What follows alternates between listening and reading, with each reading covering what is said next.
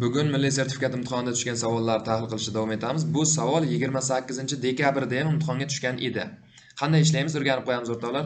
Xo'p, mana bu S0 x20, e'tibor bersangiz S1, S2, mana shunday x darajalar bitta kamayib boryapti-da, 19 bo'lganda x bo'lib qolyapti, 20 bo'lganda x yo'q. Ya'ni mana bu narsa o'rtoqlar ozod xat bo'lib qolyapti-da. Ozod xat. O'sha ozod xat so'ralayotgan narsada yo'q. 18 bor, 19 ham yo'q hattoki. Demak, ozod xatni qanday yo'qotamiz? Hosil olamiz. Tenglikda ikkita tomondan hosila olib yuboramiz. Shunda mana bu 20 oldiga tushadi, 3 ichkaridan chiqadi. Demak, 9 ni 20 ga ko'paytiramiz, 180. Tenglikni chap tomondan hosil olganimizda 3x plus 4 ni darajasida endi necha bo'lib qoldi? 19 bo'lib qoldi. Teng. Bu tomonda 20 oldiga tushadi, 20 ta S0 x ni 19-chi darajadan 1 ayrilib, plus keyin 19 oldiga tushadi, 19 S1 x ni nechinchisi bo'lib qoladi? 18-chi bo'lib qoladi. Shunday davom etib borib, mana bu S20 dan hosila 0 bo'lib ketdi-ku. Bu yerda S19 ni o'zi qoldi. Chunki x dan hosila 1. S19 ni o'zi qoldi. Ana endi qarang, S19 ham kerak emas-da so'ralayotgan narsada.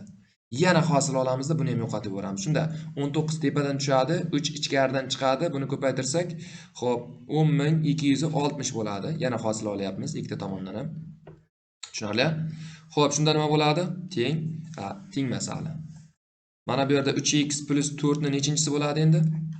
19 dan 1 ayriladi, 18-chi bo'ladi, teng. 19 ham oldiga tushadi, 20 ko'paygan 19 ko'paygan S0 plus bu yerda 18 ham tushadi, 19 ko'paygan 18 ko'paygan S1 x ni nechinchisi bo'lib qoladi?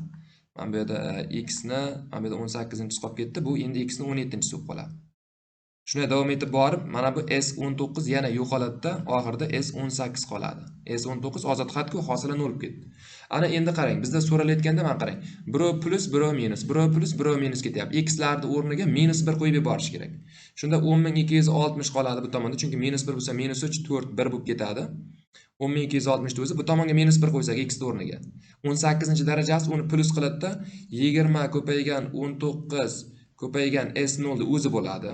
17-darajasi-chi -1 da. Minus bo'ladi-da, oldiga minus chiqadi-da, 19 ko'paygan 18 ko'paygan S1. Ana shunday davom etib borib, o'rtoqlar, oxirginchisi S18 bo'lib qoladi. Javob demak xuddi so'ralgan narsani topib oldik. 10260 ekan, B variantida berilgan. Sahifamizga obuna bo'lib qo'ying. Keyingi misollarni ham juda tezlashtirib chiqarib boramiz.